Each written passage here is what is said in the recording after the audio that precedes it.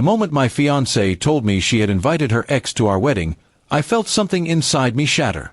We were sitting at the kitchen table, going over the guest list one last time, when she casually dropped the bombshell. "I invited Ethan," she said, like it was nothing. When I asked who Ethan was, she gave me that nervous smile I knew too well and said, "My ex. But if you really love me, you'll understand." At first, I thought I had misheard her. I kept waiting for her to laugh or say it was a joke, but she didn't. Instead, she looked me straight in the eye, like she was challenging me to disagree. My mind went blank. I couldn't process why she thought it was acceptable to bring someone from her past, someone she used to love, to a day that was supposed to be about us. I asked her why. She sighed and said, "Because he's been a part of my life for so long, and it feels wrong to leave him out. He's moved on, I've moved on. We're just friends now." The way she said it made it sound like I was the unreasonable one for even questioning her. But my chest tightened. I imagined standing at the altar, saying my vows, while her ex sat in the crowd watching. How could I declare my love in front of someone she used to dream of marrying? It didn't feel right, and deep down, I knew it would poison everything. I told her I wasn't comfortable with it. Her reaction shocked me. Instead of listening, she got angry. She accused me of being insecure, of not trusting her. "If you really loved me, you wouldn't care," she snapped. Those words cut deep, because love and trust weren't the issue, it was respect.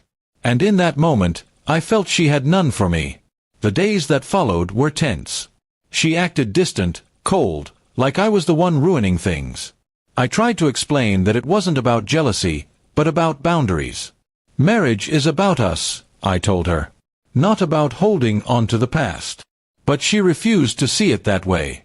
One night, I stayed awake thinking about everything.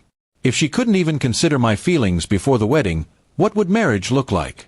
Would I always be forced to swallow my discomfort just to prove my love? That wasn't a future I wanted. So I made a decision. The next morning, I sat her down. I told her plainly, "If Ethan comes, I won't. It's him or me." She stared at me for a long time, and for a brief second, I thought she would choose us.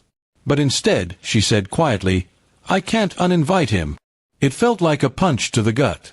That told me everything I needed to know. She valued her ex's presence over my peace of mind. No matter how much I wanted to deny it, the truth was clear. Our relationship wasn't built on the same foundation. I walked out that day. I left the ring on the table and packed a small bag.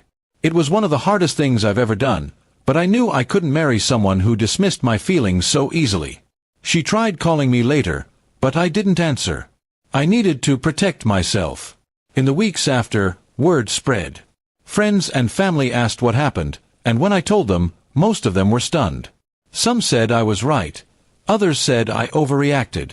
But deep down, I knew I had made the right choice. Marriage requires respect, trust, and compromise. If we couldn't find that before the wedding, it would never magically appear afterward. Walking away was painful, but staying would have been worse. Looking back now, I realize her words were a test, but not the kind she thought. She wanted to see if I'd bend no matter what. Instead, I chose myself. Love should never require you to sacrifice your dignity. And so, our wedding never happened. Instead of standing at the altar, I stood firm for my own self-worth. And that, in the end, was the best decision I ever made.